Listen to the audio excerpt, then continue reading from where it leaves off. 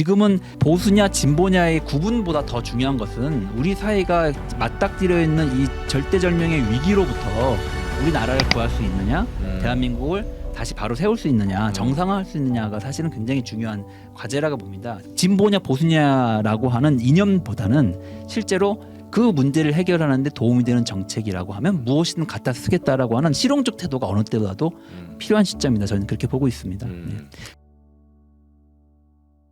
그 이재명 대표 그 전략통일시도 하니까 사실은 최근에 뭐 연금 개혁, 네. 예, 그리고 반도체 산업 52시간 네. 뭐 여러 가지 있잖아요. 상법 개정안. 네. 좀 이렇게 소위 말해서 지금 이슈를 드라이브하고 있어요. 네. 예, 약간 우리가 좀 지난한 과정에 막 예를 들면 특검법 갖고 싸우긴 하지만 약간 민생 법안처럼 이게 확 성장과 회복에 맞는. 네. 근데 요 부분에서 좀 어떤 게 제일 키포인트로 두세요?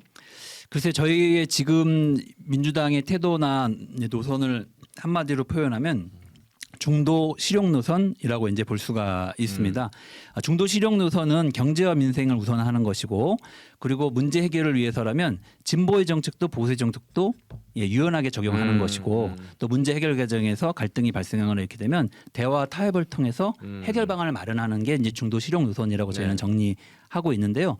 대표적으로 뭐 반도체 특별법 같은 경우에는 사실은 반도체 특별법, 반도체 그 산업의 지원을 위한 법적 장치들에 대한 합의들은 다 이루어졌습니다. 네. 그래서 그걸 시행하면 되는 거거든요. 이제 거기에 52시간 예외 조항, 그 반도체에 종사하시는 그렇죠. 분들에 대한 이것을 꼭 넣어달라고 하는 요구안들이 이제 끼어들면서, 근데 그것은 노동계와 그리고 이제 사용자들 간에 이제 이해가 충돌하고 그렇죠. 갈등이 있는 그런 부분입니다. 네. 그러면 그것을 일방적으로 물어붙여서 진행하면 안 된다고 보고, 그렇죠. 합의된 부분들은 먼저 하고 갈등 있는 부분들에 대해서는 사회적 대화를 통해서 합의점을 도출하자라고 하는 게 저희 이제 입장으로 되어 있는 것이고요.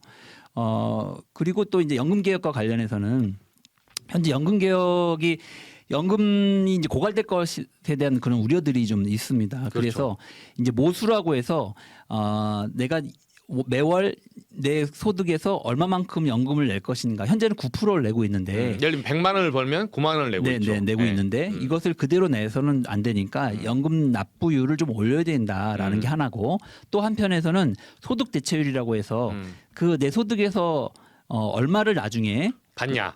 받냐. 9만 원 내고 네네. 나중에는 얼마를 받냐? 네네. 그래서 보통은 지금 얼마 받아요? 9만 원 내는 거 지금은 현재 그 41만 5천 원 정도로 이제 받게 되어 있습니다. 100만 원을 기준으로 이제 네, 이야기한다면 그쵸. 41.5% 되는데, 이게 2028년 27년까지인가 이제 슬라이딩으로 좀 줄어들어 40%가 됩니다. 그렇죠. 네. 근데 이제 요 소득 대체율을 좀 더 올리자. 네. 대신 납부금도 올리자. 그래서 납부율은 9에서 13%로 이제 올리고, 소득 대체율은 민주당은 45%, 그리고 국민의힘은 43%를 이제 이야기하고 있는 상황입니다. 그래서 저희는 이제 45%를 해야 이게 실질적으로 소득 대체율, 연금이 용돈이 아니라 소득으로서의 어떤 의미를 가지려면 이런 정도의 대체율이 있어야 되고, 그와 관련해서 부족한 부분들이라든지 이런 것들은 예를 들면 국가가 일정하게 보조도 하고 또는 다른 이제 연금 운영을 통한 수익률도 높이고 이런 걸 해야 된다는 이런 입장인데, 국민의힘은 43% 입장을 갖고 있습니다. 이제 이 비율은 오랜 동안 사회적인 어쨌든 대화와 논의 과정에서 산출된 이제 숫자들이기 네. 때문에 그 언저리 어디선가 합의가 이루어질 수 있을 것이라고 저희는 생각을 하고, 작년에 저희가 영수회담을 앞두고 네. 이 부분이 뭐 윤석열 씨가 이제 어저께 그 뭐 최후 변론에서도 이제 자기 주요 성과처럼 이제 연금 개혁을 얘기를 했는데, 거짓말 쳤죠. 네. 그래서 뭐 그 영수회담 하면서 대통령께 선물을 드리자. 그래서 그 43이냐 45냐 갖고 이제 논쟁 갈등이 이제 좁히지 못하는 상황이었기 때문에, 그럼 우리가 양보에 44로 양보하는 걸로 하고 거기 합의를 하자라고 하는 제안을 갖고 갔는데, 네. 갔더니 윤석열 대통령이 연금 개혁 문제는 지금 처리하지 말고 다음 국회에서 처리하자 이렇게 얘기를 하시는 거예요. 그래서 저희 깜짝 놀라고 이제 돌아왔죠. 네. 그래서 저희는 만약에 그 소득 대체율 합의를 한다면 44%를 합의할 수 있다. 43과 45 사이니까 네네. 44로 하자. 네네. 그리고 네. 이제 많은 언론에서도 민주당이 저러고선 큰 양보니까, 왜냐하면 처음에 민주당은 50%를 이야기했었거든요. 그렇죠. 높게 네. 지어겠죠. 거기서 45%가 떨어지는데 또 합의를 위해서라면 44로 양보하겠다고 하니 대개 그 보수 언론에서조차 사설이나 이런 걸 통해서 그럼 민주당의 안대로 합의를 해라라는 그렇죠. 요구가 이제 있었는데, 끝끝내 이제 국민의힘이 거부하다가 최근에 새로운 또 조건을 갖다 붙인 겁니다. 아, 자동 조정 장치라고 그쵸. 해서 예. 경제 상황이나 인구 구조의 변화, 뭐 물가 등을 연동해 가지고 그 소득 대체율을 자동으로 조절한다는 겁니다. 아까 45%, 44% 이게 근데 그거는 말이 안 되는 게요. 내가 연금 보험료를 낼 때 얼마를 받게 될지를 사실은 알고 보험료를 내야 되는데 그렇죠. 그게 나도 모르는 사이에 자동으로 막 바뀐다는 거예요. 그리고 막 정부는 자기 재정 부담을 줄이기 위해서 그걸 막 낮출 텐데 누가 연금에 가입하게 됐습니까? 그렇죠. 이게 그거는 변동금리입니까? 이 연금제도 자체의 근간을 흔드는 게 되기 때문에 그건 절대로 합의할 수 없다, 타협할 수 없다. 저희는 이렇게 생각을 하고 있는데 어쨌든 저쪽은 그거를 이제 옵션으로 또 44%를 합의해 줄 테니 옵션을 그걸 받아달라 이렇게 얘기를 하고 있어서 지금 타협이 안 되고 있는. 자꾸 합의점에 도달하면 또 새로운 조건들을 국민의힘이 계속 내놓고 있는 그런 형국입니다. 보통 여야 합의 뭐 이제 선수시니까 네. 이건 하기 싫을 때 하는 짓이에요. 아니 그렇죠. 네. 저희는 연금 개혁에 대한 의지가 없구나 네. 이런 생각을 하고 있고 네. 아마도 저희가 일방적으로 그걸 처리하는 것을 기대하고 있는 거 아닌가 네. 이런 생각이 들 정도로 그 진정성에 대한 의심이 있고 정말 그게 필요하다면 구조개혁이라고 해서 다 연금과의 조정하고 전체적인 구조조정이 한 번 필요한데 그때 그 부분을 같이 넣어서 논의하면 되거든요. 그러니까 이번에는 어쨌든 모수개혁에서 합의하자고 이제 논의가 시작됐으니 모수개혁에 집중해서 네. 납부율, 소득대체율 중심으로 협의했으면 좋겠습니다. 알겠습니다. 의원님, 저는 굉장히 재밌게 듣고 있는데 네. 저희 시청자분들이 이제 천준호 의원님의 또 이제 정무적인 감각을 좀 보고 싶어 하니까 네. 제가 화제를 좀 돌려볼게요. 알겠습니다. 저는 굉장히 재밌어요. 네, 네. 아, 예. 저는 이런 거 좋아하거든요. 제가 말을 재밌게 해야 되는데 아닙니다. 죄송합니다. 예, 제가 좀 시간 되면 상속세도 한번 하려고 했는데 이러다가 방송 끊기겠어요. 죄송합니다. 그래서 그 한동훈 전 대표, 네네. 네, 오늘 이제 어제 보면 오늘 이제 네. 책을 냈는데 국민이 먼저다. 좀 어떻게 보십니까? 이재명 그 소위 말해서 공포론? 이재명 뭐 이거 이재명 대표가 대통령이 되면 행정, 입법, 사법 장악해서 막 더한 것도 할 거다. 이런 식의 약간 공포 마케팅 시작했거든요. 어떻게 보십니까?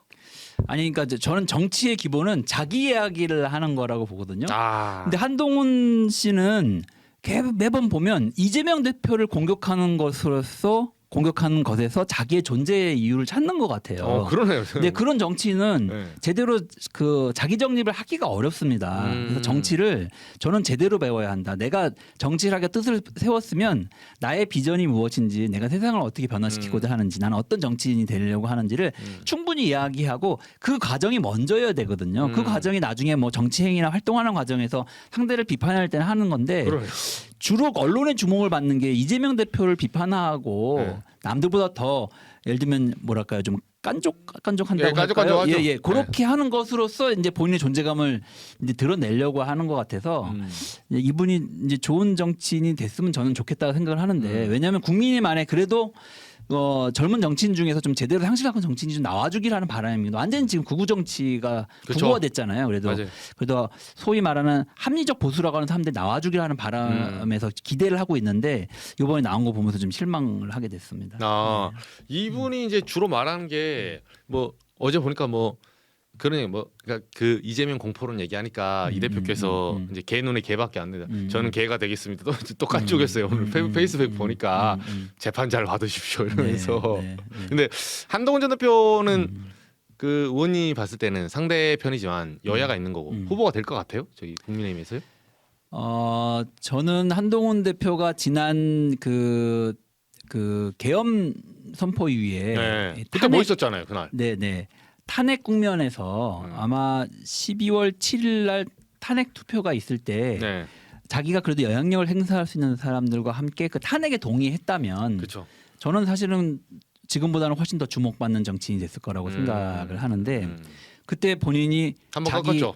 예, 아마 전 개인적 욕심이 있었다고 생각합니다. 그러니까 탄핵하지 않으면서 자기가 정국의 사실상의 주도권 권력을 장악하겠다라고 이제 생각을 하고 한덕수 총리하고 이제 그런 구상을 이제 같이 한 게 아닌가. 그 유명합니다. 한덕훈. 네. 이렇게 생각이 드는데 사실은 그게 아무 의미 없는 행위로 이제 끝나버렸거든요. 그렇죠. 불법이죠 그리고.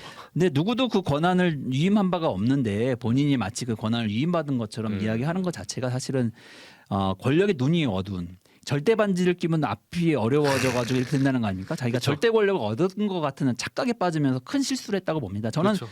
거기서 상당히 이제 패착을 했다 이런 생각이 들고 그 뒤에 어쨌든 그 당 안에서 사실은 실권을 하고 이제 축출되었습니다. 맞아요. 그래도 저는 한동훈 대표가 상식을 가진 그래도 정치인으로서 국민의힘 안에서 좀 그 뭐랄까요 좀 존재감을 형성해 줬으면 좋겠다 이런 생각합니다. 왜냐하면 워낙 국민의힘이 지금 구구 보수화, 그렇죠. 구구 정당화 됐기 때문에 그래서 그렇게 좀 해달라라고 좀 분발을 촉구하고 싶은 마음입니다. 네.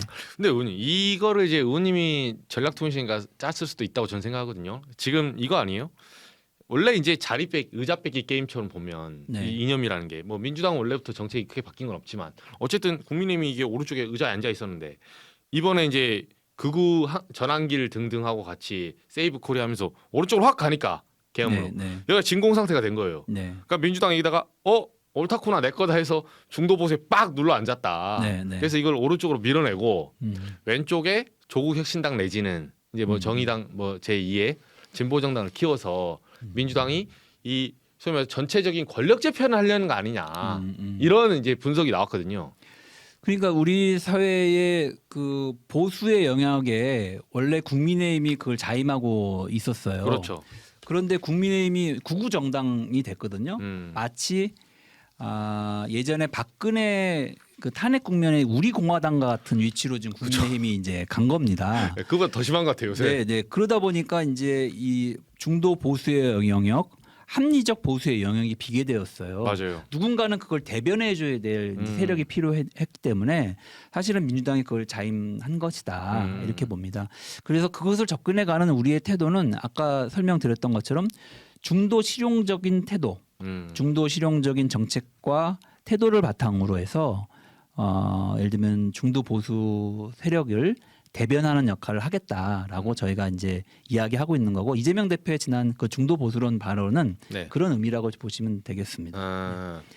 네. 그러면 요게 또 이런 비판도 당 안에서 나왔잖아요. 뭐 어쨌든 후보들의 얘기인데 뭐 김부겸 전 총리나 DJ 노무현의 뭐 이런 진보 정당의 이거를 왜 혼자 마음대로 하냐? 네. 뭐 이런 식의 이제 아니 과거 김대중 대통령도 그 민주당의 정체성은 이제 그 중도 우파에 가깝다 그렇죠. 이런 얘기를 하셨고 뭐 이해찬 총리나 문재인 대통령도 유로적 관점에서 보면 민주당의 정체성은 중도 보수에 부합한다 이런 그렇죠. 얘기들 많이 해오셨습니다. 그래서 그렇죠. 그게 전혀 새로운 이야기는 아니고 그렇다고 해서 우리의 정체성 자체를 중도 보수다라고 했다기보다는 지금은 보수냐 진보냐의 구분보다 더 중요한 것은 우리 사회가 맞닥뜨려 있는 이 절대절명의 위기로부터 우리나라를 구할 수 있느냐, 대한민국을 다시 바로 세울 수 있느냐, 정상화할 수 있느냐가 사실은 굉장히 중요한 과제라고 봅니다. 그래서 이 위기 극복을 위해서 필요하다면